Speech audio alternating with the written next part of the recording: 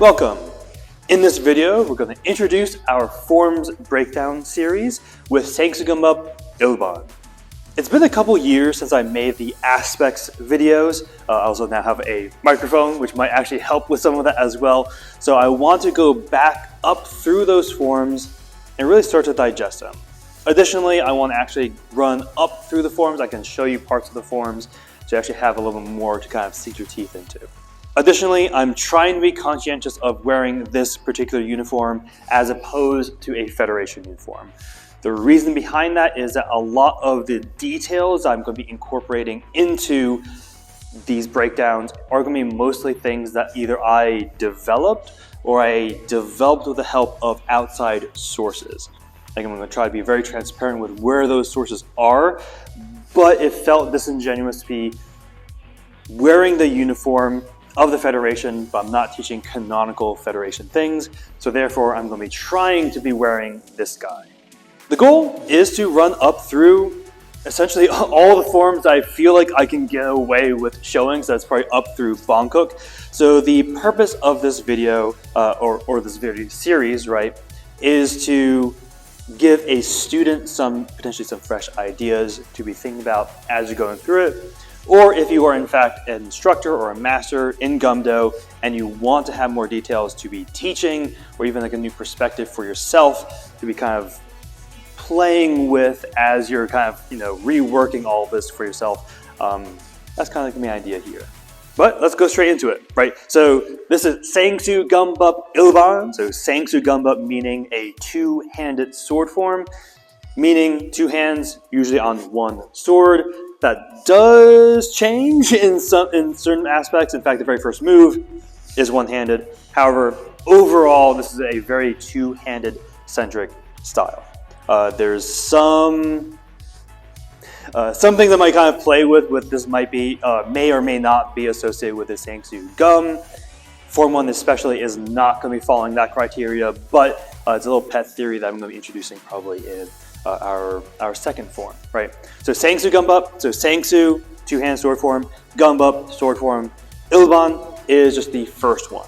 So unlike, at least in my Taekwondo style, where we have names for forms based on like historical figures, this is just the first two-hand sword form, second two-hand sword form, all that fun stuff. So let's actually just get started, right? So from here, make sure you have space, right? So the very first move, I'm actually just going to run through where I'm going to be taking that pause and then kind of digest it after the fact, right?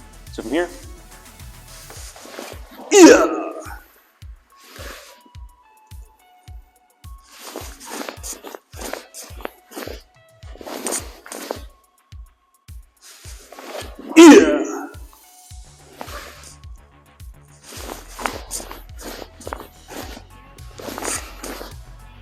This is the very, very first form, so we could be building up from scratch, right? So one reason I really do enjoy Gumdo as much as I do is it's very progressive in the sense that you start essentially at the bottom, you keep building up, and everything you learn, you kind of retroact in previous forms, and everything builds off each other very, very beautifully.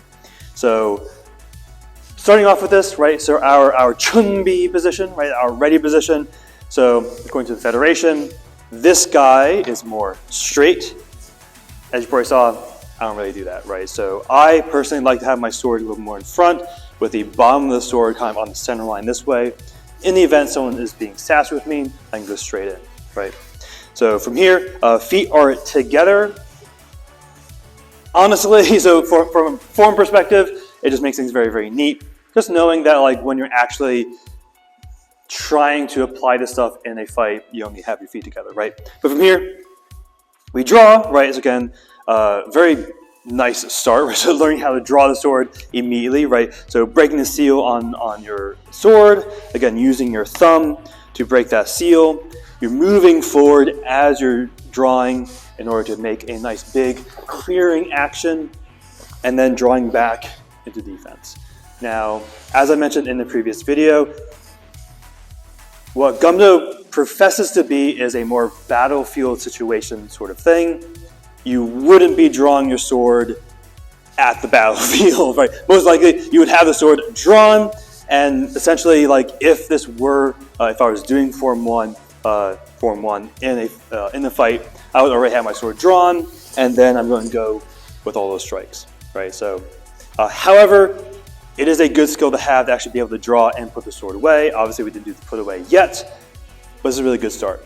A few ways you can break this down. So the way that I learned it 18 years ago was very, very broken down, but this is good for very, very fresh beginners, right?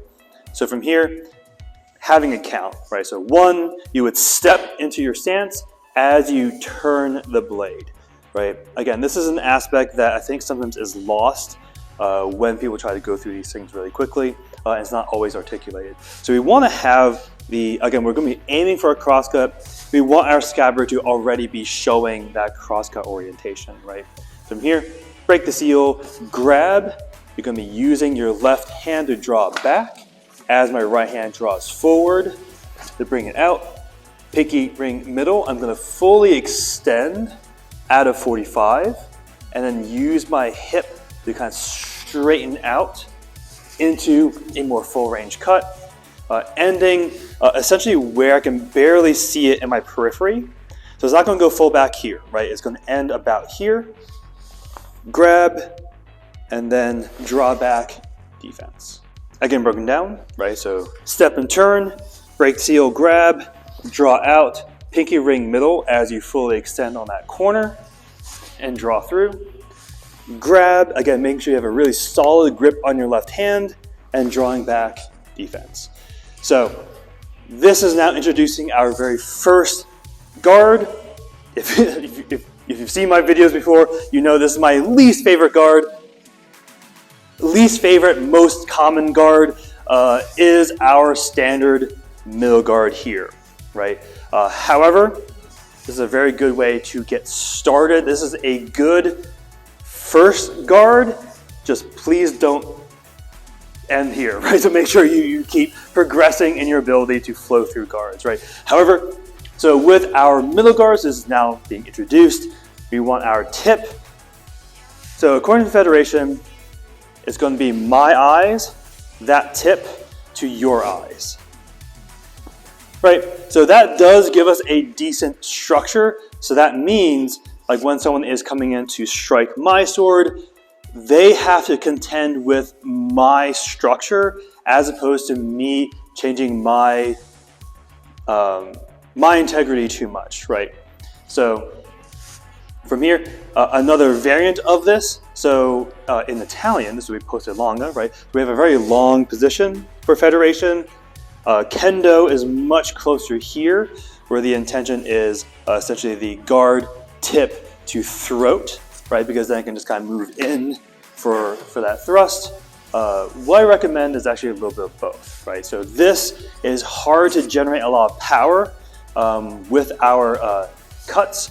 This is too weak as well, versus this one is a nice little happy medium.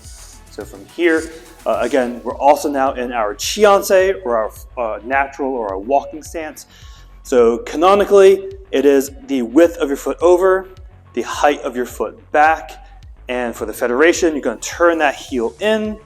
I don't do that. I'm going to keep my both feet as parallel as possible so I can engage with the glute. So this is our first guard. From here, canonically, we hold this position for a couple seconds to kind of get your bearings. This is also time to practice awareness in your form, right? So if you have people around you, practice that situational awareness where you kind of can see everyone without having to turn your eyes. The Metsuke idea that we've talked about before. But from here, we're just going to slide forward with our 3 center cuts. Again, center cuts, this is going to be broken down into a 2-step process. So the idea is we're going to step with our prep, and we're going to bring that back foot in with our cut. So really over exaggerated step, prepare, and as my back foot comes in, my cut goes forward. So this is fine for white belts. This pattern is essentially the main prototype we're going to be playing with for a lot of the Ssangsu forms, right? So this So a few notes for you to kind of think about as we're going through this, right? So as I'm preparing for my cut, so as I'm going into my prep, I would encourage you not to think about pulling the right hand back.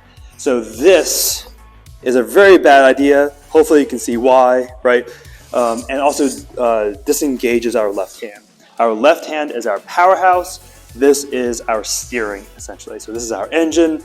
This is our wheel.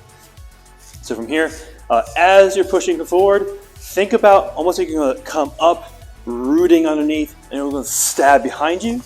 So up, again, nice, very powerful position. This is also called Cho Chunse, our high guard, and using your core and your glute to shimmy that back foot in, extending the sword on the 45, so it should be fully extended right into the cranium. Cut. Right, and we're going to repeat that 2 more times. So we're going to do 3 cuts on this, right? So from here, 1, 2, 1, 2, 1, 2. Same idea facing forward, right? So 1, 2, 1, 2, 1, 2. The very next piece that you saw in the very beginning, right? The next piece is something that I've taken from Iaido, right? So the Japanese style of drawing and putting the sword away. The way that I do it is not the way the Canonical Federation teaches it. I'll show you the more canonical way first. So the idea here is I'm trying to cut behind me. Normally, what we do is we're here. We're just going to turn, bring it back, and step forward with our right cut. The reason I am not an adherent to that, in fact, I actively do not teach it that way, is if we assume we're effective with our strike, entering the cranium, or even if it wasn't successful with a headshot, I'm still cutting into the body. My sword is in that body, most likely, right? Because center cuts don't dislodge as easily as, for example, a diagonal cut or like an uppercut, for example. So from here, if my sword's in that body, I can't simply pull it back to turn, right? Because the idea then is my tip is now in even deeper in the body, and that's just not going to work, right? So from here, a way to break it down is you can start with a little step to the side because you know you're going to want to step a little more to the side. So step slightly, keep the tip essentially where it is. Again, that's where it's embedded. Turn, and you're going to use your translational energy. As you're stepping, it's going to help pop the sword out from the body as you also throw into a cut. So from here, now you can do it where you turn and then kind of like step around, which I don't think is as stable. So the idea here is I can sidestep a little bit first, turn, keep the tip essentially where it is, use a translation of my body to pop it out into a right cut. So right cut being, so center cut, the idea is I'm hitting the cranium and driving down past the groin. The right cut still ends past the groin, but it's going to be slightly to the side. Now keep in mind, what we've been doing so far is really a first pass. This is stuff taught to white belts.